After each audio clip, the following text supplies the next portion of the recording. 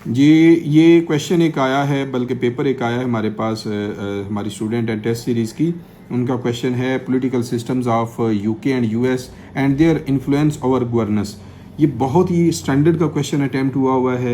हमने इसलिए उनको मार्क्स भी 12.5 दिए हैं। इसमें इवन हम उनको 14 मार्क्स भी दे सकते हैं, लेकिन लास्ट पेपर में हमने उनके साथ बैठ के थोड़ी सी डिस्कशन की, उनको आइडेंटिफाई करके बताया कि आपकी कौन सी मिस्टेक्स हैं, और स्टूडेंट ने बहुत अच्छा काम किया। इस पेपर में उन्होंने वो मिस्टेक्स रिपीट नहीं की। अब ये देखें किस तरीके से डायाग्राम की मदद से उन्होंने क्वेश्चन की लेंथ को पूरा किया है और किस तरीके से अपने प्रेजेंटेशन को उन्होंने बेहतर बनाया है। फर्दर इस क्वेश्चन के अंदर मैं देखूं तो कोई भी कमी नज़र नहीं आती in terms of presentation, in terms of content, quotation, आपकी डायाग्राम्स। ये बहुत ही एक समझ लें कि स्टैंडर्ड का पेपर है, जिसमें मैं मतलब उनको रोकते रोकते भी बार बार मैंने गुड लिखा और उनके नंबर भी हमें देने पड़े। ये अगर आप देखते जाएं कितने ही अच्छे केस इन पॉइंट्स हैं, एग्जाम्पल्स हैं। एग्जामिनर यही चेक करता है कि स्टूडेंट के पास एक क्वेश्चन के ऊपर कितनी चीज़ें, कितना नॉलेज है और उस नॉलेज को उसने कितने अच्छे तरीके से प्रेजेंट किया हुआ है। और ये सारी खसूसियात इस क्वेश्चन के अंदर हैं। और अगर आप इसकी टोटल लेंथ भी देखेंगे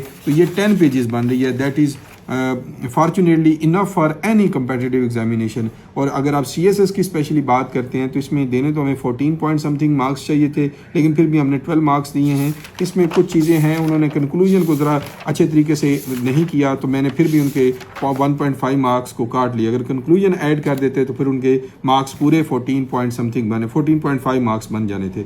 तो ये स्टूडेंट के लिए रिकमेंडेशन है कि अगर क्वेश्चन के अंदर इंट्रोडक्शन लिख रहा है तो क्वेश्चन को कंक्लूड प्रॉपर अच्छे नोट पे उसने करना है।